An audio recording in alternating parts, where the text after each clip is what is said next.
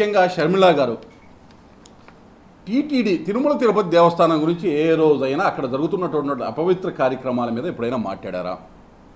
మాట్లాడితే మైనార్టీలకి సంబంధించినటువంటి అంశాలు, మైనార్టీలకి అత్యంత రక్షణగా భారతదేశంలో ముఖ్యంగా ఆంధ్రప్రదేశ్లో ఉంది కాబట్టి ఇవాళ 80 కోట్ల మంది గరీబ్ కళ్యాణ అన్న యోజన అందుతుందంటే ఈ దేశంలో, అందులో మైనార్టీలు కూడా వాళ్ళున్న జనాభా రేషియో కన్నా ఎక్కువ లబ్ధి పొందుతూ ఉన్నారు.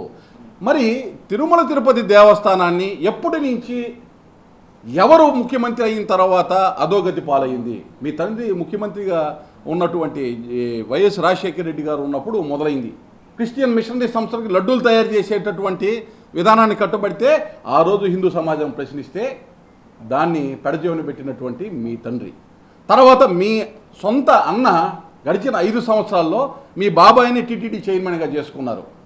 వాళ్ళు చేసినటువంటి అత్యంత పాశవికమైనటువంటి విధానాలు, తిరుమల తిరుపతి వెంకటేశ్వర స్వామి సంబంధించినటువంటి నిధుల్ని కూడా ఎటు పడితే అటు దోచేసే ప్రయత్నం చేస్తే మేము ప్రశ్నిస్తే ఏ రోజు కూడా ప్రశ్నించని మీరు మైనార్టీలు అని చెప్పి అక్కడ వాస్తవానికి మైనార్టీలకి మంచి జరుగుతున్నా కానీ నరేంద్ర మోడీ గారి సారథ్యంలో మళ్ళీ రెచ్చగొట్టే ప్రయత్నం చేస్తున్నాను. ఇక్కడ నిజమైనటువంటి ఇబ్బంది ఉన్న దాని గురించి మాట్లాడినటువంటి పరిస్థితి స్వయంగా ముఖ్యమంత్రి చంద్రబాబు నాయుడు గారు నిన్న ప్రకటించారు.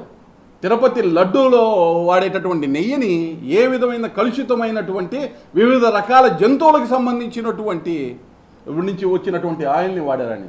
ఎంత దౌర్భాగ్యమైనటువంటి స్థితి! ఇవాళ వీళ్ళు ఒకవైపు అన్నా చెల్లి ఇద్దరూ కూడా భావజాలం ఒకటే. వాళ్ళ యొక్క భావజాలం, వాళ్ళ తండ్రి ఏ విధంగా అయితే తిరుమల తిరుపతి దేవస్థానం 7 కొండలు అవసరమా అని మాట్లాడారో అదే భావజాలంతో వీళ్ళు కొనసాగారు.